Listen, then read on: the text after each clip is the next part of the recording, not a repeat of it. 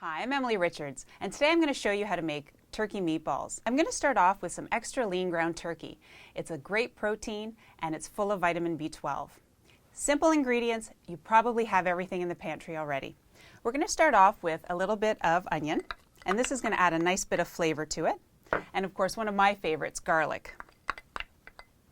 And to season it up a bit, I'm going to add some reduced sodium soy sauce, and that's going to give us a nice little bit of flavor, as well as black pepper.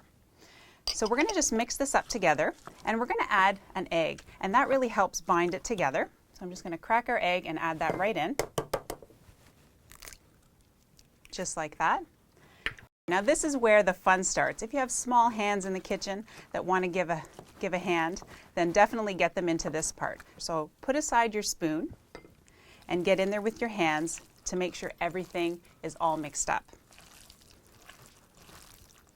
And what's wonderful about this is that you can actually see the mixture come together and see all those flavors get distributed through the turkey.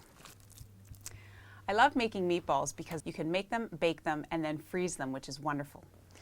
So once we have our meatball mixture together, we're going to roll it in some fine breadcrumbs.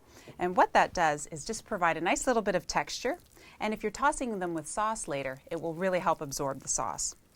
You just want to take a couple tablespoons of the meatball mixture and give it a nice gentle roll, and then you can roll it in the breadcrumbs. Be sure to have your baking sheet lined with parchment paper just for easy cleanup later, and then you can put it right on top there. Now if you wanted to, you could also use a mini ice cream scoop or a meatballer and roll out the meatballs that way. I like to get my hands dirty, so I want to get right in there. Just like that. Depending on what size of meatballs you roll, you might get about 22 meatballs for each pound of turkey that you make. You can always have these meatballs at the ready in the freezer. So what I like to do is make a couple different sizes, some for dinner and some for appetizers and entertaining. Baking the meatballs in the oven gives you the opportunity to make a lot at one time. So it's perfect to pop them in the freezer and pull them out when you need them. They're ready to go to the oven, 375 degrees until they're no longer pink inside.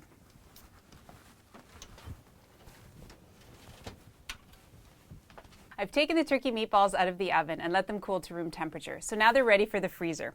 I'm going to pop them into my freezer bag.